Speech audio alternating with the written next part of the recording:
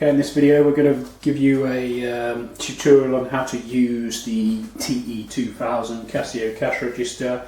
We're just going to put through a basic sale and show you a couple of ways of correcting mistakes you may have made.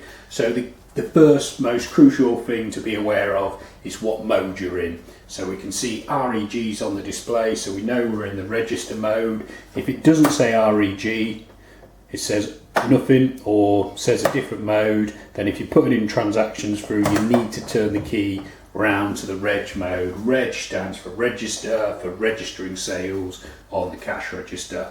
So that's the first thing to be aware of. The second thing is really the buttons on the machine. There's a lot of buttons, but there's really only two sets you're interested in. You've got your number keypad here.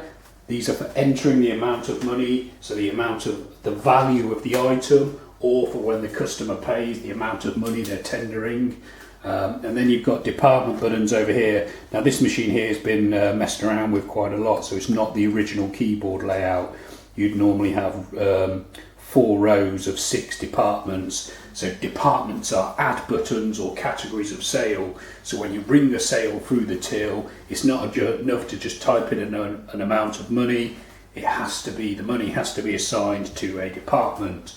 Now, if the machine's been programmed, you can then go into levels of having the buttons preset with prices, but normally in a retail outlet, you'd be typing in the price and then assigning that to a button, which is why people often call departments add buttons, because you're like adding up on a calculator.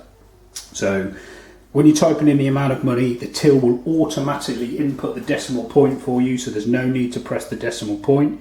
So a sale of $1.99 into your groceries department is $1.99, and then hit the groceries department button.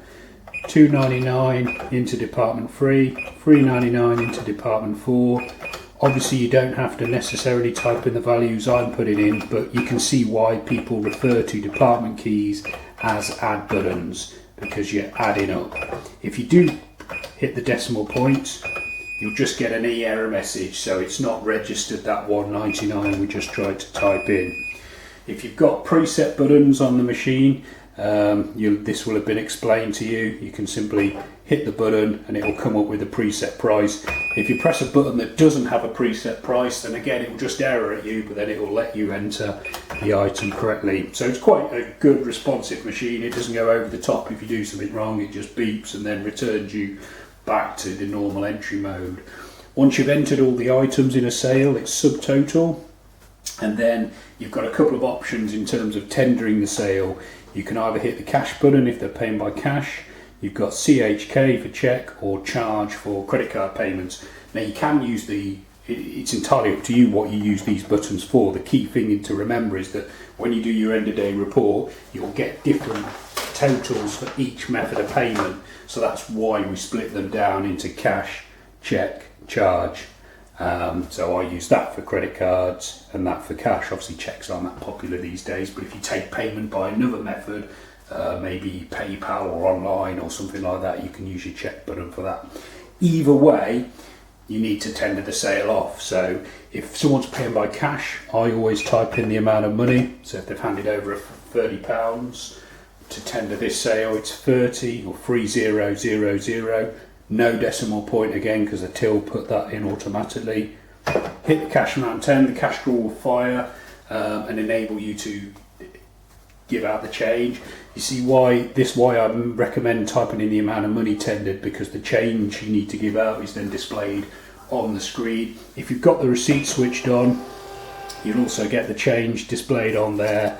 This machine does have a post receipt function, so if receipt's off, you can simply press post receipt and it will print out the last transaction. You can only have one copy of a receipt.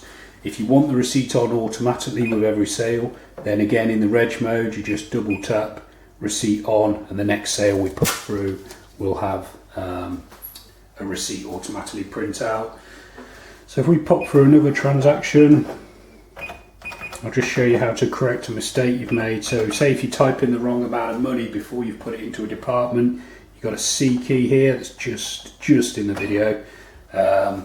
You can press that and it'll remove the numbers so you can then enter them correctly.